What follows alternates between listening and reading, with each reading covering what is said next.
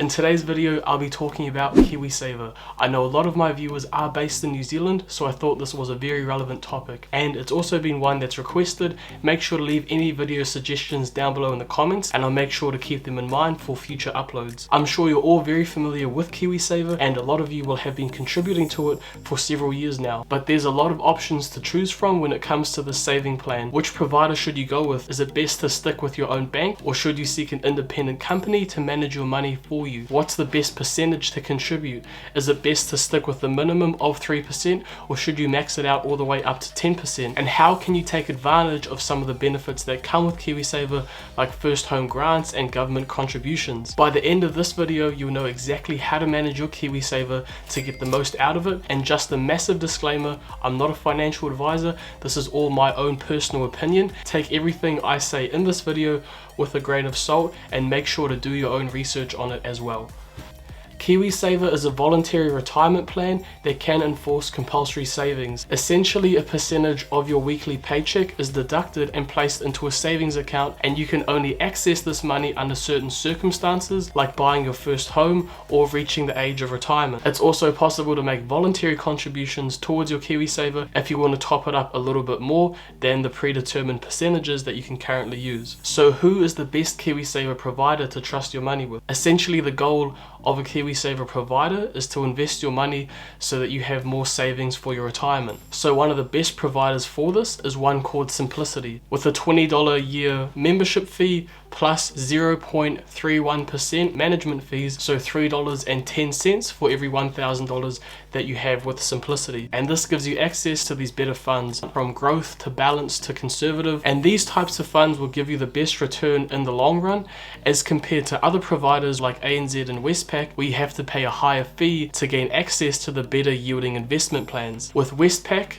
their fees for a balanced fund are 0.73%, and then a growth fund is 0.8%. And then with ANZ, any of the better funds like the balanced, growth or conservative are all sitting at 1%. So Simplicity is great in that regard, where there's no extra costs for getting access to the better investment plans that are ultimately going to get you more savings for your retirement. These small differences in percentage can add up very quickly if you think about these over the 40, 50, 60 year period that you'll be contributing to your KiwiSaver. Some of the fees with other providers can look like they match Simplicity, but they only give you access to the more limited investment plans, like a cash fund, which has a very low return in comparison to a growth fund. With Simplicity, because a lot of its investment funds are made up of 3,000 plus different companies, there's calculators on your website that'll show you exactly where your money is going, because Simplicity only puts their money into ethical investments. It doesn't put their money into non-ethical companies that are related to gambling or tobacco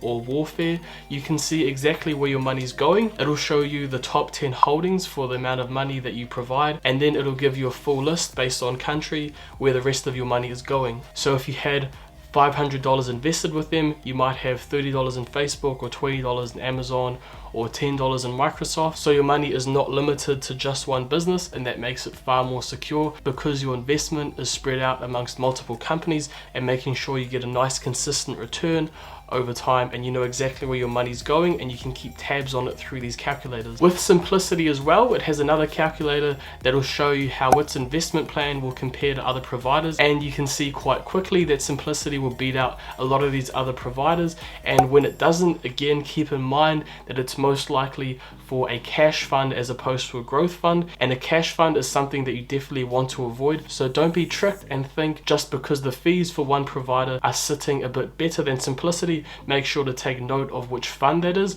whether it be a cash, conservative or growth fund. Another thing to keep in mind when you're selecting a fund is to avoid actively managed funds, because you're paying someone to manage your money with the belief that their expertise in finance and investing in the stock market and that sort of thing is going to help you beat the overall market return. However, that's not the case. No one virtually ever beats the average stock market return of about 8 to 10% per year. And if the fund manager who's in charge of allocating everyone's money actually happens to beat the market return, it's only ever by 1 or 2% annually. And then the management fees that come with an actively managed fund automatically beat out that return, because he might beat the market by 2%, but then he'll have 2% management fees.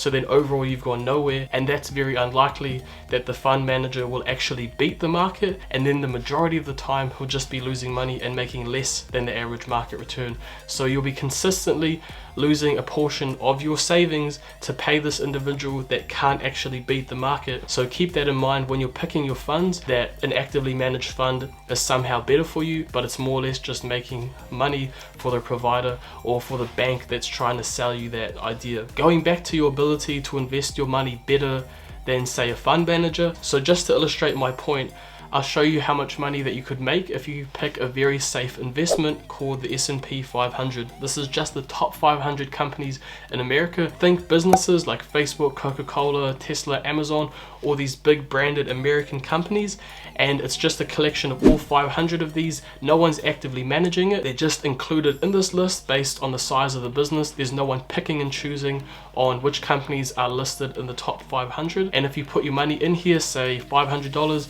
you might have $30 in Coke, $40 in Tesla, $80 in Amazon, and your money's nice and diversified amongst all these businesses, and the average return that you can expect to get from this is 8 to 10% per year. I'll just pull up a compound interest calculator to show you how quickly this money can add up. So we've got no investment at the start, we've got $100 a week, so that's $400 a month, and then our time period is going to be 33 years. Then our average return is 10% per year, and this will give us a return of just over $1 million, and that's exceptional considering how much money you just have to put in weekly, and this is in comparison to how much money you would get from a KiwiSaver scheme. As you can see here, there's a massive difference between the two, so that's why I say don't put more than what your employer will match you with, because overall this is not a return you're going to get with any KiwiSaver provider, and this is something you can easily do on your own. If you're interested in learning more about this investment, I'll leave a video linked on screen that will give you a bit more of a step-by-step breakdown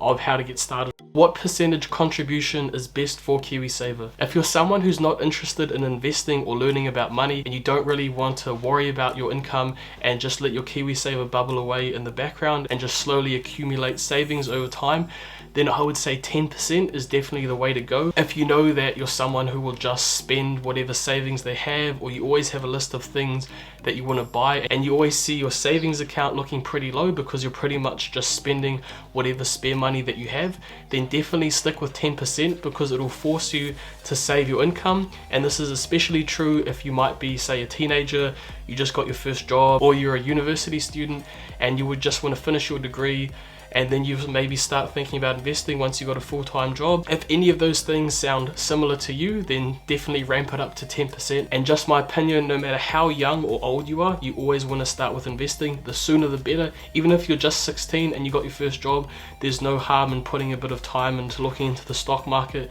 and just getting an idea for it. The earlier you start, the better for you in the future. And if you're someone that's keen on investing or learning about your money, and you've already got quite good spending habits, or you're slowly building yourself up to being more disciplined with your money, then I think 3% is a lot better option for you, because personally you'll be able to invest your money a lot better if you spend a bit of time looking into it. So the 3% contribution will make sure that your employer will match it for you, so you'll essentially be getting 100% return on that 3% that you invest, and that can be a nice little chunk of money depending on what job you have. Certain jobs, like ones in the military, can match your KiwiSaver contribution to higher than 3%. So if you are in that boat, I'd say ramp it up a bit more just to make sure you're getting that full return out of it, because 100% return on whatever money you put in is always a great way to go. And if you have a certain amount contributed each year, then you'll get a top up from the government, and it'll make sure that you're eligible for some of the bonuses like a first home grant, which I'll get into later in the video. How do you get rewards from KiwiSaver? The most obvious one is your employer matching up to 3% of what you put in, and then on top of that you can get a maximum of $520 added from the government every year, but you have to contribute a minimum of $1,040 between the end of July and June the following year. So you'd have to contribute $1,040 between July of 2021 and June of 2022. If you contribute that $1,040, you'll make sure to get that maximum contribution of $520. But even if you don't contribute that sum of $1,040, then the government will still match 50 cents for every $1 that you put in. So if you were only able to, say, add $500 into your KiwiSaver plan, then the government will still give you $250. Then you've also got the first home grants that can give you a maximum of $10,000 towards purchasing your first home. So the amount that you get is based on how long you've been contributing and if you're either purchasing an existing property or building your own. So you have to be contributing for a minimum of 3 years. So for buying a pre-existing home, you would get $1,000 for every 3 years that you've been contributing, so that's $3,000 there. And then every year on top of that, up to 5 years, will give you another $1,000. So if you've been contributing for 4 years, you'll get $4,000, and then if you've been contributing for 5 years, you will get $5,000. So $5,000 is the max that you can get towards buying your first home if it's a pre-existing one. And then with a new build, you'll get $2,000 for every 1 year that you've been contributing. Again, you have to be contributing for a minimum of 3 years. So off the bat, you'll get $6,000, and then for 4 years, you'll get $8,000, and then for 5 years, you'll get $10,000. If you're interested in finding out a bit more about first home grants using your KiwiSaver, then I'll leave a link down to IRD's website where you can get a bit more information on the topic. How is tax calculated on your KiwiSaver? So you only pay tax on the returns that you make from the investments that your KiwiSaver money is used for. So if you have a balance of $10,000 and you have a return of 5%, only pay tax on that $500 that you've made. The way that your tax is calculated is on your prescribed investor rate. So I'll leave a calculator down below in the description if you want to check that out for yourself. The prescribed investor rate is always based off your last 2 years of income, and it'll just be calculated off questions like, did you make more than $48,000 in the past 2 years? And overall, the maximum for this is 28%. So obviously, the more that you earn, the more tax you'll have to pay on your returns. Lastly, is KiwiSaver worth it? I would say definitely yes, but only to a certain extent. If you're someone that is really quite bad with their money and spends pretty much all of it as soon as they get it, then 10% is really good if you're in that boat. It's definitely a great plan that'll make sure people have more savings for their retirement, and it's got some great bonuses with it, like the first home grant and the fact that your employer will match a certain percentage and the government will top up your account. But overall, I think you shouldn't just let someone else take charge of your money and say what you can and can't do with it. It is best to take some of the benefits that come with KiwiSaver, but you don't want to spend your whole life just depending on it. But overall, I would really recommend that regardless of what boat you're in or what you think about money, that you should ideally learn more about it and look into things like investing. The learning curve is very minimal and it's not as complicated as you might think. You don't need a lot of money or time to get started or have a background in finance. The whole process is a lot more straightforward than you might think. And if you're worried about some of the risks that come with investing, check out this video on screen that'll give you an exact step-by-step guide of some key mistakes to avoid and help introduce you to the stock market. It'll help maximize your returns, and it'll show you a lot of the mistakes that I went through when I first started with investing, and it's the video that I wish I saw before I got into it.